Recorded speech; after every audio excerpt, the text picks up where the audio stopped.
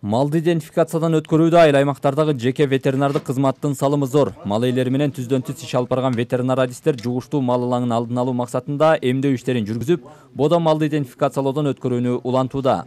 Ургаачы малдарга бизге атайын мындай өспөй турган маркер бергенде, ошо маркерди биркасын баскандан кийин штамп 19 деп биркасына маркер менен жазып коебуз. Башка чарбага сатылып кетсе, бул биз жазган штамп 19 деген номер боюнча тигилер бул торпокко штамп салынып калыптыр деп алар кан алышпайт. Айрыкча шарп, бруцеллез сыяктуу жугуштуу уланга каршы эмдөө иштерин өз убагында жүргүзүү маанилүү. Азыр биз торпоктун кулагына бирка басып, анан кийин бруцеллезга каршы штамп 19 деген дарыбыз бар да, ошону моюнга теринин астына салабыз.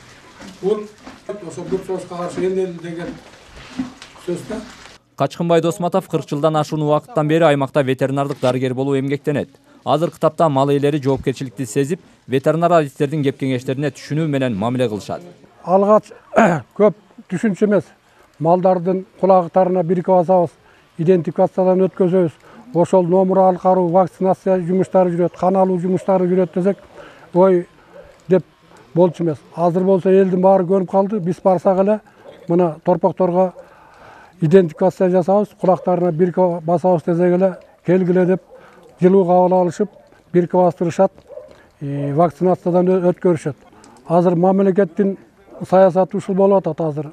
Торпокторго бирке салуу, ал эми жылкы баласына болсо чип жасоо. Бода малды идентификациялоо, жылкыга чип коюу иштерине жергиликтүү бийлик, айыл өкмөттөрү өз колдоосун көрсөтүүдө. Элдерге түшүндүрүү иштерин жүргүзүп, бул милдеттүү түрдө базылыш керек экен. Ошол боюнча элдерге түшүндүрүү иштерин жүргүзүп, мкде уюштуруп элдерди баардыгын бир жерге ала тургандай кылып шарт түзүп берели деп атабыз.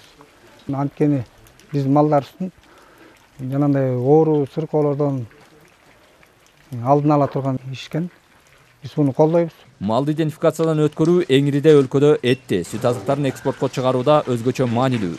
Мындан сырткары малдын санын тактоо, эпизоотиялык абалды көзөмөлгө алуу ошондой эле мал уурлукту алдын алууга оң таасирин тийгизет. Нуржанат Жакшылыков, Байжан Мирбеков, Талас району.